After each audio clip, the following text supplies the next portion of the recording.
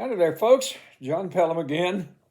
Um, in about a week and a half, we'll be celebrating, actually commemorating one of the, for me, one of the more important solemn occasions that we have on our calendars each year. May 26th will be Memorial Day.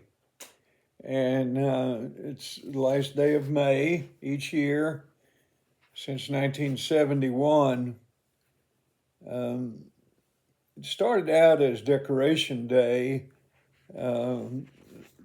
commemorating the deaths on Confederate and Union sides of the Civil War, and been known also as Poppy Day, thanks to the opening lines of the classic poem Flanders Field. And I will do that poem in my video next week.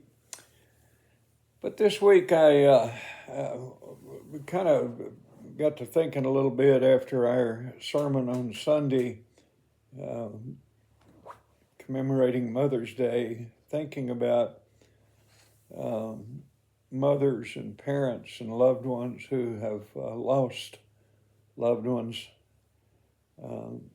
particularly those lost in the service to our country, but also for others of us, like us, who have lost loved ones, and the impact that it makes on families, and particularly on Mother's Day. It hit me that I wanted to do a Memorial Day poem that recognized that.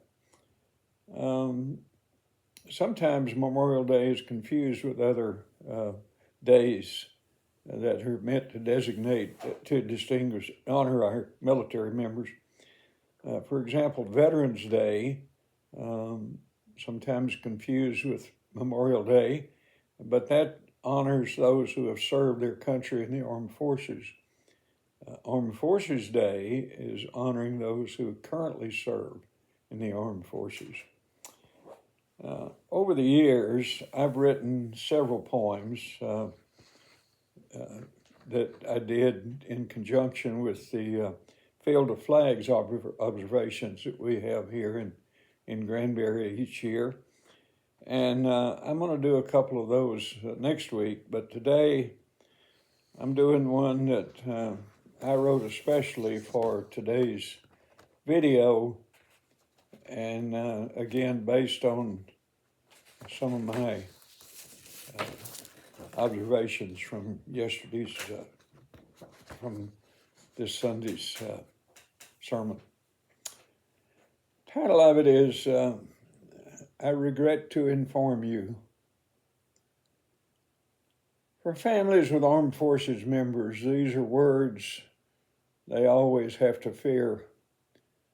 When the notification team arrives at the door, bringing those words they've dreaded to hear. Service members know going on active duty that there's a bit of a chance they won't return. For them, it's a calculated risk they take, but for family members, it's much more concern. That's what makes each Memorial Day so special. It's the one day of the year that we can share their grief. While it doesn't necessarily make it easier on them, when others stand with them, it brings a moment of relief. What we know as Memorial Day began May 30th, 1868. Then, Decoration Day honored the dead of the Civil War.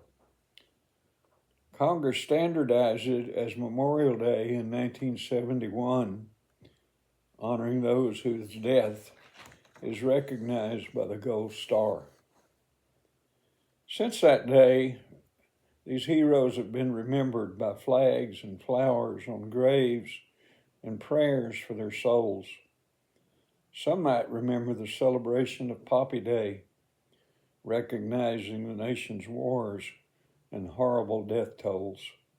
Sadly, Memorial Day is often known for something else. Commercialization has blurred the original intent. Politicization has desecrated the moral value of the day, and confusion as to the original purpose for which it was meant. For we who remain to respect the day and honor the lost, poppies, flowers, parades, and flags symbolize our respect.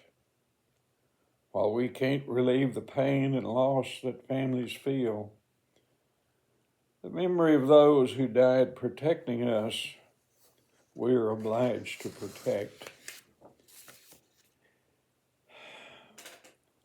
Folks, I don't know about you, but I whatever your political or moral persuasions are about war or about conflict,